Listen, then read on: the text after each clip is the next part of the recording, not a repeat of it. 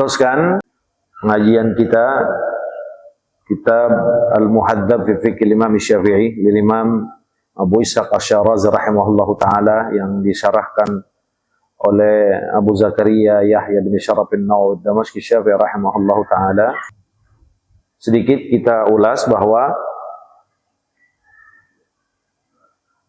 saat kita diberikan ujian apapun bentuknya, salah satunya sakit, itu sunnahnya ya ditekankan oleh agama yang disampaikan Nabi kita untuk bersabar. Sedikit kita ulang, ada seorang wanita hitam dari Nigeria datang kepada Rasul karena dia memiliki penyakit ayan lah. Saat wanita tersebut radhiyallahu taala anha minta, ya Rasulullah, ud'ullaha ayyashfiyani, mintalah kepada Allah agar Allah sembuhkan saya. Rasulullah langsung memberikan pilihan. In syi'ti da'autullaha fasyafaki. Kalau memang kamu mau, ya aku berdoa kepada Allah, kata Rasul, maka Allah akan menyembuhkan kamu. Wa in syi'ti fasbiri wala hisaba alaiki. Tapi yang kedua, kalau memang kamu mau sabar, ya, maka sabarlah. Maka balasan yang Allah akan berikan itu la hisaba alaiki. Enggak bisa terhitung karena saking banyaknya pahala orang yang sabar. Nah, seorang wanita hitam ini Nigeria bilang, asbiru ya Rasulullah, aku pilih sabar. Aku pilih sabar. Nah, dari dasaran hadis yang sahih ini, ya, ulama-ulama tangkap bahwa kalau sedang diberikan ujian sakit, sabari. Biar pahalanya numpuk dulu. Sabar pengertian ninggalin atau menekan gejolak yang ada di dalam jiwa. Dengan mengatakan, ini dari Allah, ini Allah yang menetapkan, ini Allah yang ngasih, pastinya ini yang terbaik buat saya.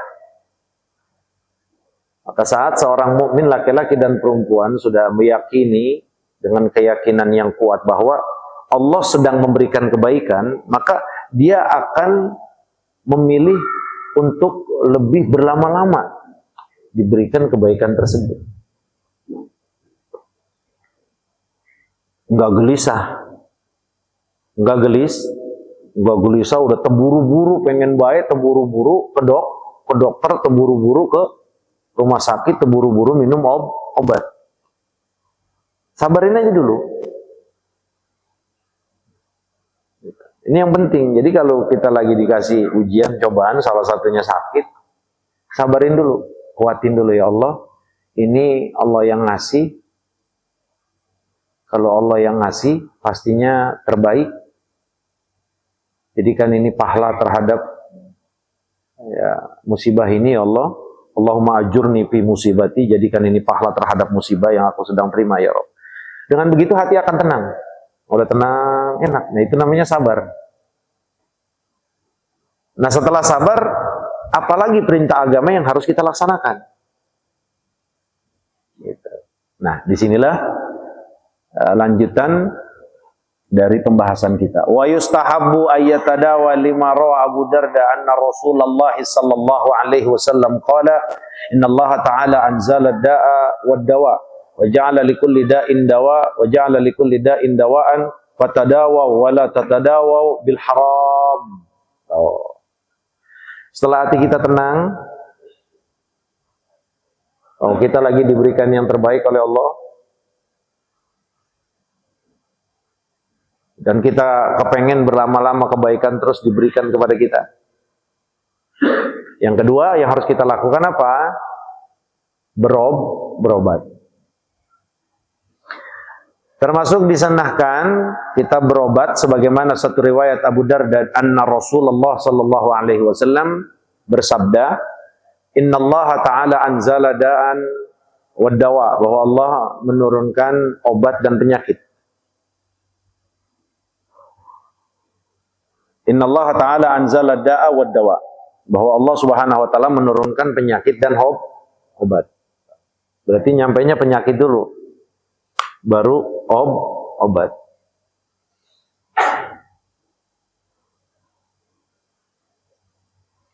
Terus waja'ala likulli da'in dawa. Lalu Rasulullah meneruskan sabdanya, dan setiap penyakit itu pasti ada obatnya. Ingetin itu omongan Nabi.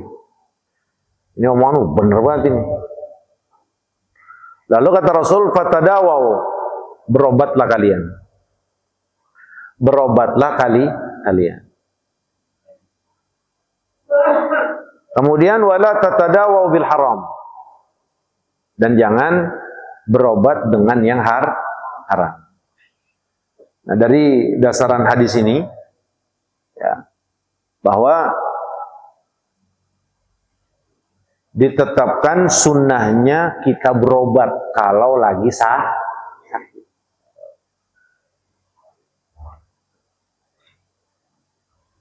Sakit gigi tuh tulung-tulung. Sabarin dulu. Karena rasa sakit itu akan bisa reda dengan kita tenangkan hati kita. Kita tenangkan hati. Kalau hati kita tenang, jiwa itu dorongannya lemah, nggak kuat. Jadi tenangin hati dulu. Nah, caranya dengan doa-doa yang diajarkan Allah, yang disampaikan oleh Nabi. Inna lillahi wa inna ilaihi raji'un.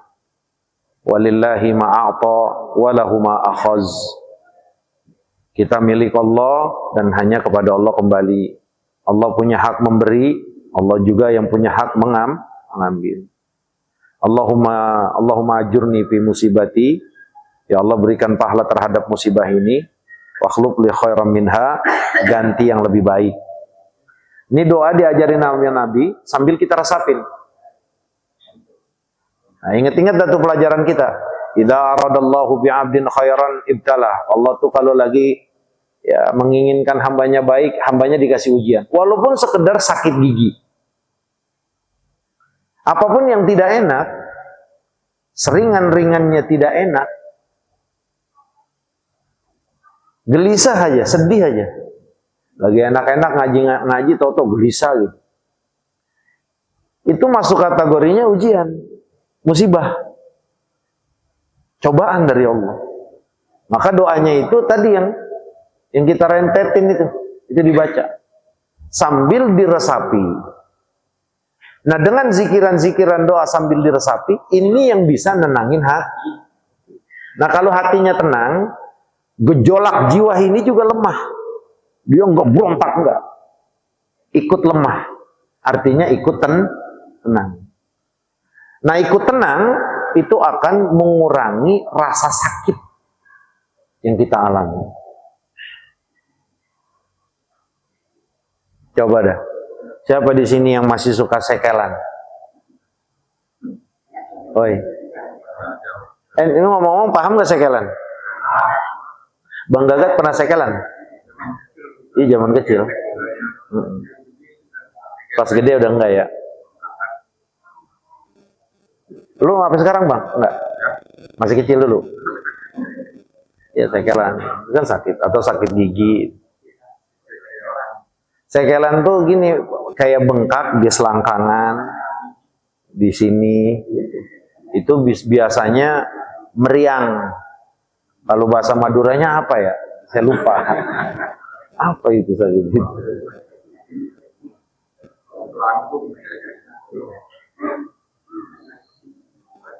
Meriang. Nah, itu akan reda itu. Itu akan reda. Yang bikin tambah sakit itu kalau hati kita nggak tenang.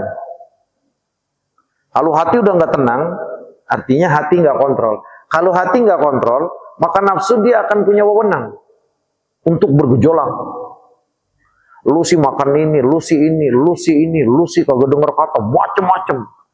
Terus tuntutan udah cepet berobat tuh makin gelisah. Gitu. Pusatnya mah hati. Maka sadaqallah, ala bidzikrillahi tatmainnul qulub. Ketahuilah dengan zikir kepada Allah itu nenangin hati. Semua itu pusatnya di hati. Ada segini nih.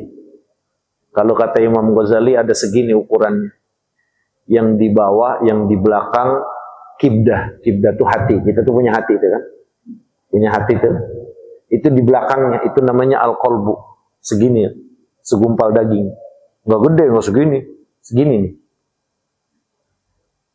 Namanya itu hati sanubari. Itu tenangin dulu. Kalau kita tenangin, nanti jiwa tenang. Udah jiwa ngikut. Nah kalau udah jiwa ngikut, ya udah seluruh badan itu tenang. Oh iya, akhirnya itu ngereda sakit. Nah dari hadis ini yang pertama disunnahkan kita berobat. Nah, ini yang kedua, setelah kita sabar berobat. Karena Allah tidak menurunkan satu penyakit kecuali Allah turunkan obatnya. Ini seluruh penyakit illa sam, kata Rasulullah dalam riwayat yang lain. Apa itu sam? Arada bihi al-maut. Yang enggak ada obatnya cuma satu, mati. Kalau yang lain itu ada obatnya semua.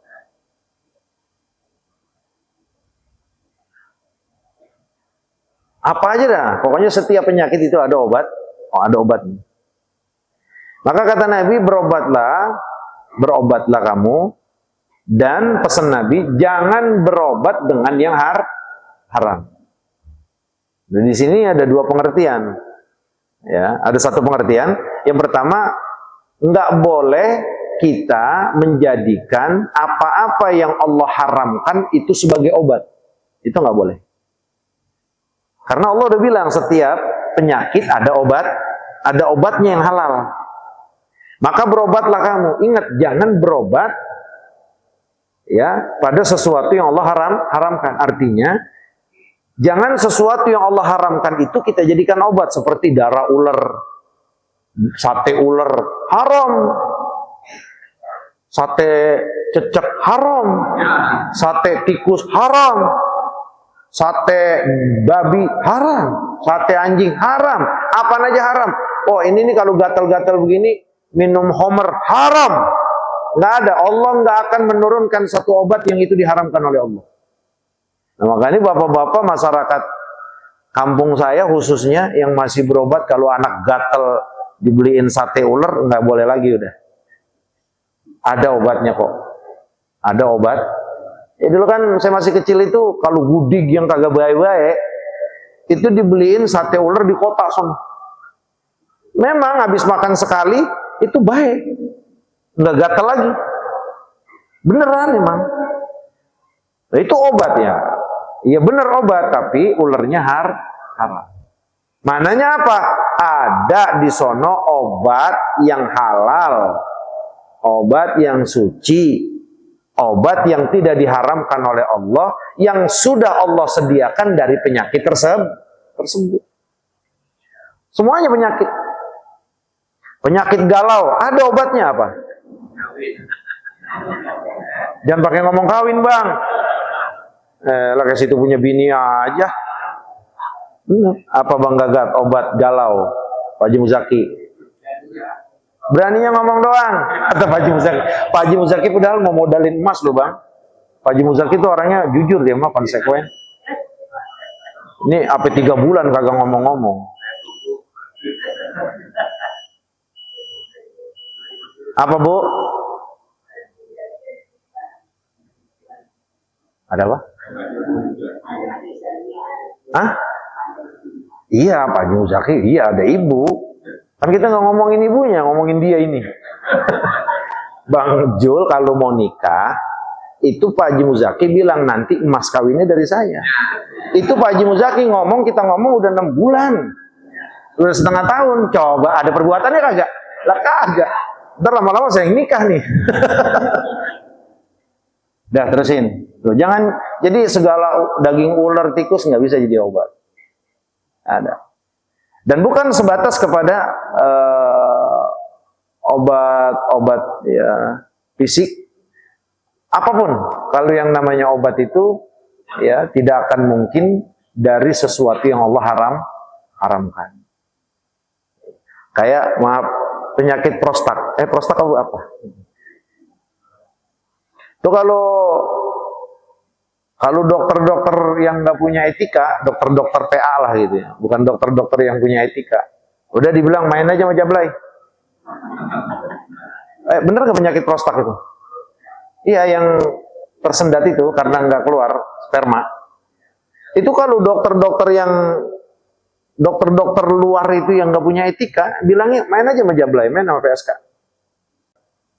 Nah itu kan berhubungan sama PSK, yang namanya zina itu nggak pernah bisa dihalalkan. Yang namanya zina itu terus haram, kecuali dalam kondisi-kondisi lain. Haram. Nah, sesuatu yang haram itu nggak akan pernah mungkin jadi obat. Maka kalau kita sakit terus ada yang bisikin, ini obatnya ini nih gini, nggak haram. Ada obat yang halal. Nah, dalam satu riwayat Al-Imam Al-Bukhari dari Abi Hurairah radhiyallahu taala anhu anna Nabi sallallahu alaihi wasallam, "Innallaha lam yunzil da'an illa anzala lahu shifaan." Riwayat Al-Imam Al-Bukhari. Rasulullah bersabda, tidak Allah menurunkan penyakit kecuali Allah turunkan obatnya. Ada obatnya. Ada obatnya. Kecuali itu kata Nabi, illa sam, kecuali mati nggak ada obatnya. Kalau yang lain ada obatnya. Ayo, bapak-bapak apa sekarang yang lagi dikeluhin? Silakan, saya buka konsultasi. Kang Udin apa yang dikeluhin? Ustaz, saya nggak punya duit, bagaimana? Ada obatnya. Yang instan, nyolong. Haram, nggak boleh. Judi slot, haram. Apalagi? Togel, haram. Apalagi? Ya, jangan yang haram-haram lah.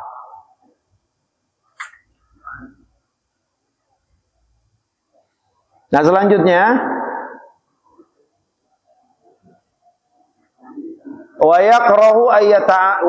yakrahu ayatamanna al-mauta lamma ra'a Anasun anna an-nabiy sallallahu alaihi wasallam qala la yatamannayanna ahadukumul mauta lidurrin nazala bihi fa in kana la budda mutamanniyan falyaqul Allahumma ahyini ma damatil hayatu khairan li wa tawaffani idza kanatil wafatu khairan li. Masya Allah, Masya Allah, Masya Allah. Nah, sebelum lanjut, termasuk obat-obat tibun nabawi, obat-obat yang disunnahkan Nabi, nih, dengerin. Itu salah satunya adalah madu. Madu tuh, tapi yang asli. Tapi kata Zaidul Akbar, madu palsu itu masih lebih baik daripada gula. Kata Zaidul Akbar, madu palsu nih, madu palsu itu masih lebih baik daripada gula.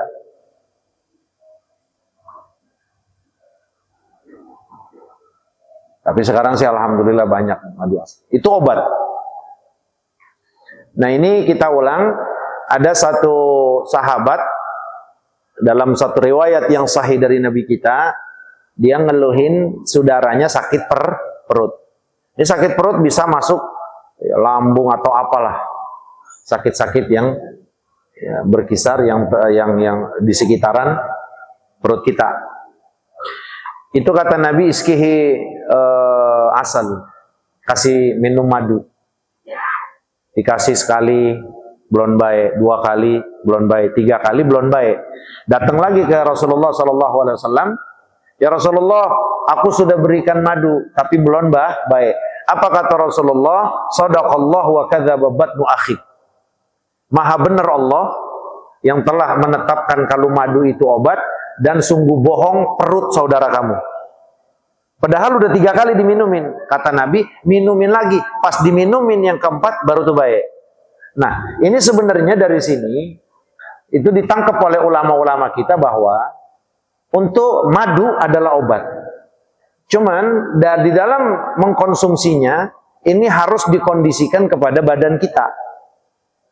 Karena setiap badan itu beda. Ada yang cukup 1 sendok baik, 2 sendok baik, ada yang udah 3 sendok belum baik, ya terus minum aja. Karena nggak bakal bohong. Kalau madu itu adalah obat, itu madu. Makanya kalau sakit, apa yang rasanya sakit, minum aja udah madu. Yang kedua, itu sunuz atau sinis. Itu habbatul barokah, jinten hitam, habbatus sauh, itu obat. Sakit apa? Sakit apa aja. Dawa min kulli da. Jinten hitam atau habbatul barokah, habbat sauda, itu obat dari seluruh penyakit. Ini omongan Nabi. Makanya jangan pakai ragu. Kalau Bang Haji Aban rasanya agak enak perutnya gitu, minum habbat aja. Jangan ragu, ingetin omongan Nabi. Kalau habbat ini obat dari setiap penyakit.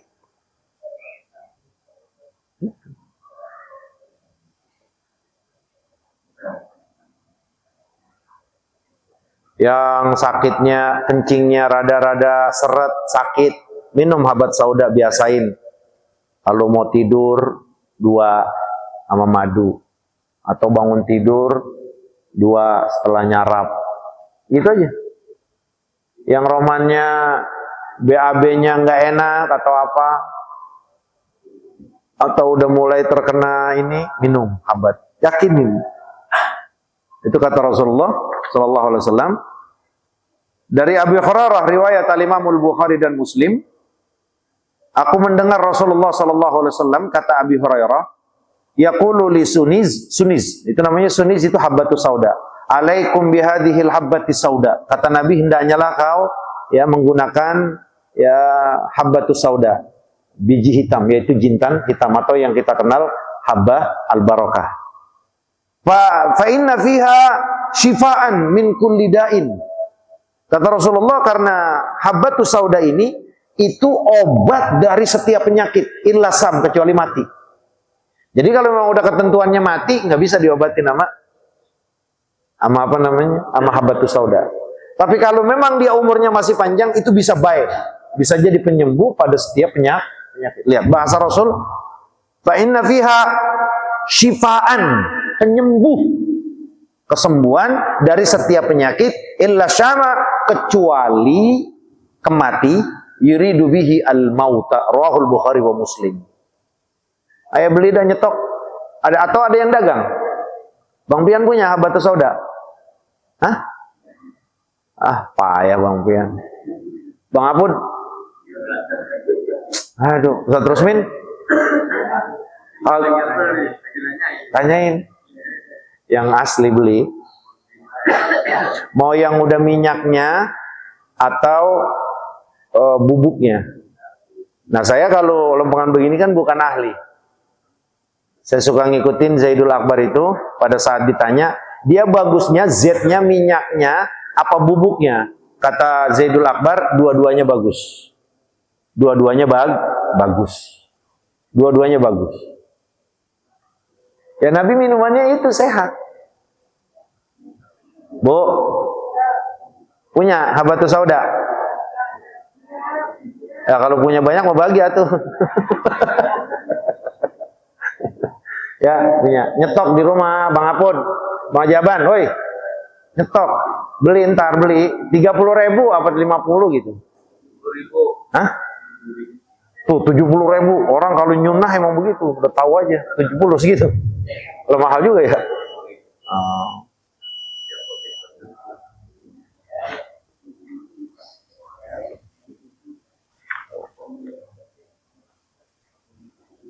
Banyak obat-obatan kita.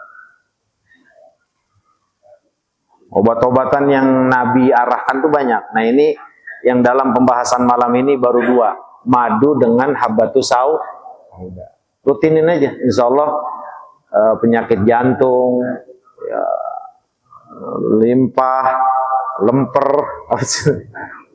terus ya itu. Iya. Dan Mudah-mudahan Allah sehatkan kita. Tapi kalau kayak Pak Haji Muzaki, usianya udah kayak begini, insya Allah sehat. Ini yang masih rawan nih usia saya. Bang Pian insya Allah sehat udah. Kalau usia saya nih, Mamang juga sehat, Mang Jai itu udah sehat. Gitu. Ini yang masih rawan-rawan yang 50 ke bawah. Makanya makan jangan terlalu rakus. Pengertian terlalu rakus, jangan segala apa aja dimakan. Bang Apun, bebe Bang Apun. Hah? Iya, boleh makan. Tapi memang shadaqallahu fima balagha Rasul itu emang kalau makan itu perutnya itu masih tetap diberikan rongga. Kalau kita makan apa? Oh. Kalau Rasul nggak pernah begitu. Rasulullah nggak pernah begitu menggagat. Jadi Rasulullah itu makan secukupnya dan di perut Nabi itu diberikan rongga. Maka Nabi itu makan perutnya itu nggak bakal buncit. Nabi itu nggak pernah buncit perutnya. Karena Nabi itu semenjak usia 25, masa kecil, masuk ke remaja, dari remaja ke 63 sampai wafatnya Rasulullah, itu badannya nggak berubah Nabi. Badannya mulia, nggak berubah, wajahnya nggak berubah, rambutnya nggak berubah, dirinya nggak berubah, kakinya nggak berubah, kulitnya nggak berubah. Nah kalau kita mah kagak. Saya 20 tahun yang lalu, 15 tahun yang lalu, waktu ngajar masih di sebelah, masih cakep-cakepnya. Dan sekarang udah ngampre Pak Haji Muzaki. Bener nggak? Rambut udah putih. Kalau Rasulullah enggak, dari usia diangkat menjadi Nabi, usia muda sampai ke 60, itu Nabi itu kulitnya nggak berubah. Nggak ada kisut-kisut. Nggak ada. Mukanya tuh nggak ada keretan di sini, nggak ada Nabi mukanya. Nggak ada. Jadi itu bedanya Nabi sama kita. Kali pundaknya miring, enggak. Ya enggak, Nabi mah enggak. Jadi Nabi itu sampai 63 wafat, wajahnya ya begitu-gitu aja udah, ganteng terus. Enggak ada kirutan, enggak ada ini, matanya ininya turun, enggak ada. Dadanya, perutnya lebih maju, enggak. Nabi itu bidang. Dada sama perut itu rata. Maka Nabi itu manusia yang paling suspek. Yang paling modis badannya. Maka Nabi dipakein baju apa aja cakep karena baju ngikutin badannya Nabi. Nih, sekarang Pak Haji Muzaki beliin baju saya XL. Pastikan kegombrangan. Bener gak? Kalau Nabi dikasih ukuran apa aja, Nabi dikasih ukuran M nih, dipakai Nabi itu langsung pas. Jadi bajunya ya langsung saat itu dirubah sama Allah. Tuh. Maka Nabi kalau dikasih baju sama siapapun nggak pakai ngukur. Ada orang dari Yaman ngasih Nabi baju. Jadi makan kagak tahu ukuran Nabi, pokoknya beliin aja mau XL dipakai Nabi, sek langsung pas, langsung modis. Dua kali tangannya gombrong begitu.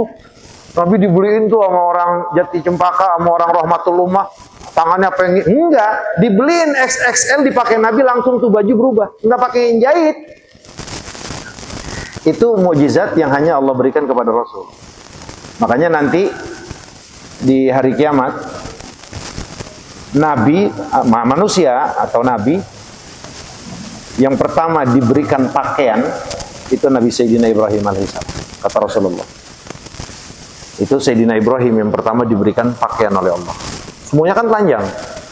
Semuanya telanjang semuanya. Nah yang pertama dipakein nama Allah adalah Sayyidina Ibrahim. Terus yang kedua adalah aku. Dan kata Rasulullah, pakaian yang Allah pakaikan untuk aku itu ya enggak bisa dipakai oleh orang yang lain. Maknanya apa? Itu pakaian khusus buat Sayyidina Muhammad. Kayak Bang Muarif nih, saya beliin XXL. Udah pasti kemarin dia, lah Bang Muarif apa itu? Kedodoran. Ini pengurus kok kagak punya, lihat beliin Bang Muarif gede banget, beliin kayak begini kan modis gamis kan. Makanya saya perhatiin nih, Ustadz imam kita, Ustadz Husen, antum, kalau bajunya kegedean dikit saya komplain ntar sama pengurus. Ini kok beliin baju nggak tahu ukuran gitu.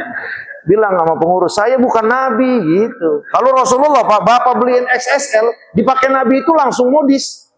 Enggak kali kepanjangan, itu mukjizat badannya Rasul. Maka badannya Rasul itu tidak akan berubah, tidak akan pernah berubah sampai Rasulullah meninggal. Makanya kenapa Rasulullah agak bingung. Rasulullah jalan di orang jangkung, Rasulullah nggak kelihatan pendek. Coba dah. Jalan di orang yang pendek, Rasulullah nggak kelihatan jangkung. Nggak masuk akal Pak itu. Makanya di Sama'il Muhammadiyah, Rasulullah kalau jalan dengan orang yang jangkung, Rasulullah agak kelihatan pendek. Berarti hampir sejajar kan? Begitu juga Rasulullah kalau jalan dengan orang yang pendek, seperti Sayyidina Abdullah bin Mas'ud, dia kan pendek Pak. Itu Nabi nggak kelihatan yang. Jadi perubahan Nabi itu elastis Pak. Terus itu memang mukjizat buat Nabi. Pakaiannya, pakaian bagaimana itu. Pokoknya nggak ada pakaian yang dipakai Nabi kecuali itu pakaian modis. Buat apa maksudnya ini? Ini buat tasri umatnya. Kalau pakai pakaian, biar yang ukuran kita. Jangan ukuran M pakainya XXXL. Ustaz Husain, jangan begitu Ustaz Husain. Ya. Ustaz Husain tuh kemarin cakep. Ini gede amat gamis itu kayaknya. Iya, beneran Pak. Itu maksudnya, kalau itu ada tasrinya buat kita. Kalau gimana, bagaimana supaya mata kayak Nabi itu kagak bisa Pak. Mampus juga kagak bisa. Cuman gimana Nabi itu pakaian, itu bisa kita ambil. Memang itu syariat, tasri buat kita. Artinya Nabi itu selalu modi, selalu pas. Pakaian kagak kegedean. Ya Bang Muarif nih, gamis cakep ini. Ukurannya pas. Bilangin yang beliin, kalau mau beliin ukurannya kayak begini lagi, begitu. Paham gak kira-kira? Iya. Banget. Hah? Iya Pak Haji Muzaki udah pasti paham, tenang. Ya Pak Haji Muzaki ya. Makanya kalau Rasulullah, kata Sayyidina Abu Bakar pada saat Rasulullah meninggal itu dikecup keningnya. Apa kata Sayyidina Abu Bakar? Coba kamu ya Rasulullah, hidup dan wafat kamu itu senantiasa wangi, ganteng dan luar biasa. Jadi nggak ada perbedaan kalau Rasulullah itu. Sallu ala Nabi. Mudah-mudahan kita ketemu. Ganteng banget Pak. Rasulullah tuh ganteng banget. Jadi jangan liatin orang, Nabi kan jenggotnya lebat. Kita lihat nih orang jenggot kayak Nabi kali, kagak lah. Kagak, Nabi mah ganteng Pak. Cakep. Nggak jalannya miring loh. Mudah-mudahan Allah temukan kita dengan Rasulullah ya Allah.